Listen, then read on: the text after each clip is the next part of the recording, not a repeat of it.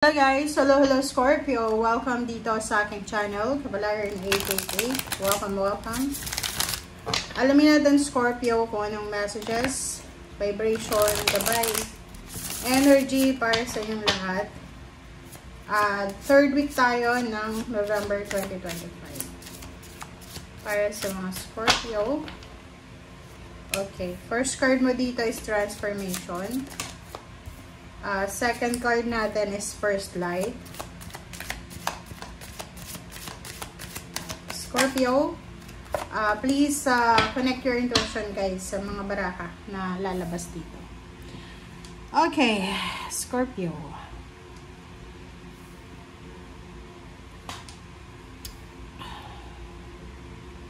First card mo dito is embracing enthusiasm, transformation, first light. Sinasabi ng baraha sa'yo dito na may transformation. Para siyang phoenix rising from the ashes.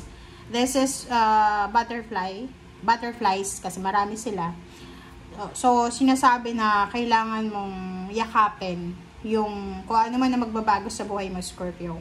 Shout to the heavens with happiness. So, you need to be thankful and grateful. Magpasalamat ka sa Panginoon.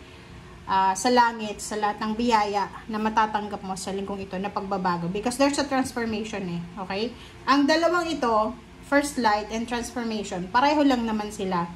Kung makikita nyo dito, beginning a new cycle. So, may sisimulan ka may pag-asa ka. May mararamdaman kang pag-asa, Scorpio. Isang napakagandang linggo ito para sa'yo. Para plano, mangarap, ganito. A fresh new way of living emerges. Okay. So, sinasabi ng baraha sa'yo na marami kang pwedeng simulan. Sa either new job, nag-a-apply ka ng trabaho, may promotion, bagong position sa trabaho, bagong bahay, bagong lugar, bagong mindset, healthy lifestyle, basta maraming pagbabago na posibleng gagawin ka sa linggong ito. So, nakikita ko na sobra kang masaya, Scorpio. Sobrang masaya. So, you need to be grateful and thankful sa heaven. Okay. Magpasalamat ka kasi isa ka sa mga lucky, thriving na Scorpio. Alright, number 3, number 5, the tree. Wow. Diba? So, talagang ang ganda kasi sinasabi ng baraha na to, Scorpio, na good health. Okay? There's a new beginnings about your good health. Fulfillment of highest hopes. So, kung ano man yan, maybe you're applying for a job international, or pwede maybe you're pregnant, or kung ano man yan na plano mo. Basta kung ano man na pakiramdam mo, parang kailangan mong, eto yung kailangan ko eto yung pinagpipray ko, eto yung yung parang ang linggong ito ay sobra kang swerte. Bibigyan ka ng pagkakataon ng universe, ng ating heaven, ng God, na makapagsimula ng mga bagay-bagay na pwede mong simulan or gusto mong simulan. Ganda, Scorpio. Good health. Halimbawa, yung mga health issues kayo, possible na gumaling or may good news about sa health nyo. Okay, reverse na 9 of hearts. So, reverse siya. Hindi ko alam kasi sinasabi dito na the ship is the symbol of riches. So, merong inheritance. Meron kang posibleng yun. Pwedeng yung matanggap mo dito is inheritance or pwedeng travel. But, naka-reverse siya. So, sinasabi ng baraha sa'yo dito na maybe, hindi pa siya sa linggong ito, pero darating siya. Okay? Kumbaga, halimbawa, nag-a-apply ka, pwedeng seaman ka, nag-a-apply ka ng trabaho. So, you need to wait. Maybe 6 months or 9 months from now, nasa barko ka na ulit. Parang gano'n. Nasa Pilipinas ka ngayon.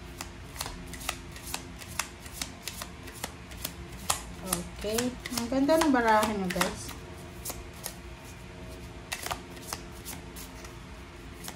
Tingnan natin. Scorpio.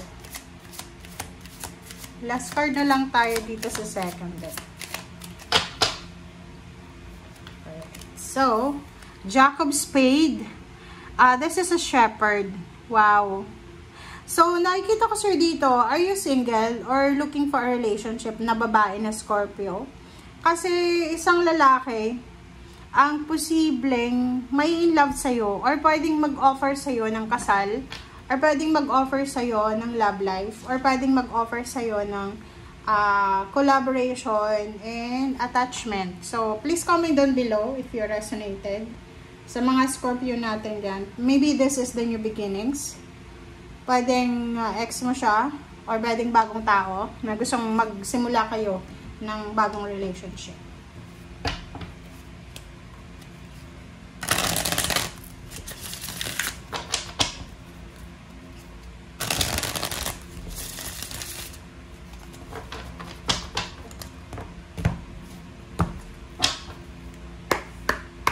Alright, so, 9 of Pentacles. Wow, congratulations. High Priest. Yung High Priestess nasa Pisces, nasa yun naman yung High Odd. World 3 talaga sa'yo eh.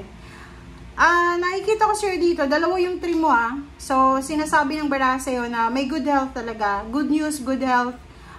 Mayroong fulfillment of wishes. Pwedeng marami kang matatanggap na feedback. Good feedback. Makakatanggap ka ng fulfillment, accomplishment, parang ganon. But kung makikita mo, nasa gilid mo, there's a big snake. Diba? Black pa yung snake. So, ibig sabihin yan, mag-iingat ka. You need to be careful. Okay? You need to be careful, Scorpio. Lalo na sa panahong winning ka. Kumbaga sa panahong sobra-sobra yung blessings mo, umuulan ng biyaya sa buhay mo, mag-iingat ka kasi tingnan mo yung 9 of Pentacles. This 9 of Pentacles, it's a manifestation of these cards, diba? Yung parang, isa lang yung mensahe niya, wish fulfillment, yung pinagpipray mo, pinagpipray mo, tinatrabaho mo, yung pangarap mo, yung gusto mo, yung magbibigay sa'yo ng saya, ay posibleng hawak kamay mo na or malapit mo na, okay? Malapit mo nang makuha, okay? But the problem is, mag-iingat ka sa mga tao na papapasukin mo, lalo na sa panahong, hindi sa pagiging kasi minsan, di ba, makakarinig tayo ng mga masasamang salita laban sa ibang tao na sasabihin, yumaman lang, nagkatrabaho lang, nagiba ng ugali. Ikaw, resonated ka dito kailangan mong mag-iba ng ugali talaga. Kasi yung mga tao na nakapaligid sa'yo, tingnan mo, matatag ka diba? Parang ikaw talaga yung strength or parang ikaw talaga yung manifestation ng isang tao na kayang mabuhay na walang kasama. But, nakikita ko sa'yo dito, may mga tao na malalapit sa'yo na kailangan mong alisin sa buhay mo kasi hindi sila talaga para sa'yo. Kasi may mga lihim na inggit sa'yo Lalo na yung mga good news na ibabalita mo, mag-iingat ka. Kasi baka yung una mong balitaan ng good news is yung taong talagang may inggit sa'yo. Okay? High Priest, sinasabi ng baraha, huwag tayong masyadong magtitiwala. Okay? Makinig ka sa sinasabi ng iyong intuition. Maging conscious, curious tayo sa mga tao sa paligid natin. Kasi minsan, sa sobrang tiwala nyo, hindi na kayo curious sa mga taong pinagkakatiwalaan nyo Plus, isipin nyo na yung mga snake talaga, lumalabas yung mga traitor, lumalabas yan sa mga taong pinagkakatiwalaan nyo. So, you need to be careful. Ace of Swords. Diba? Ang daming balita. You will receive communication.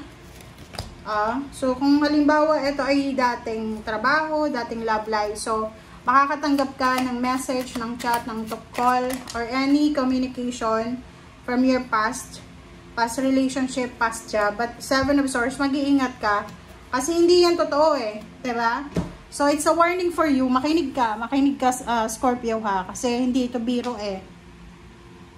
Ang daming blessings na darating sa'yo Ang dami. Sobrang maraming biyaya. Hindi lang sa linggong ito, kundi simula sa linggong ito. Going to 2026, 27, 28, 29, 30. Ang problema lang sa'yo, konektado ka, attached ka sa mga tao. It's either family, friends, kakilala, acquaintance na Seven of Swords. Pag sinabi natin Seven of Swords, sila yung mga traidor, talagang mala-devil yung ugali nila eh. Diba? Hindi nila ipapakita sa'yo na devil talaga sila eh. Ito yung, ang Seven of Swords, sila yung mga tao na ang ipapakita nila sa'yo, ibang maskara.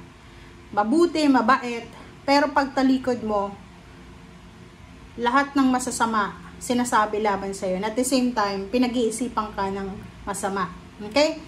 And, ikaw to eh, the world, diba? Yung blessings mo eh, yung celebration mo, wag mong ipagkakalat sa kung sino-sino lang, kasi may nag-aantay dyan na snake eh. Baka yung rason mo dyan, okay lang, ipagkalat niya. Kasi minsan guys, yung law ng blessings, law of karma, minsan kailangan nating isekreto eh. Wag nating ipagkalat yung success natin, kasi yun nga, may mga evil eye na pwede nilang sirain yung diskarte mo, or yung blessings pwede nilang hadlangan, or pwede nilang sirain mismo ikaw, or pwede kang, diba? Basta alam mo na yun, okay? So, thank you guys for watching, especially ito yung mga Six of Cups, dating mong kaibigan, dating kaklase, dating kakilala, dating mong boss, mag-iingat kayo sa kanila, okay? Thank you guys. Bye!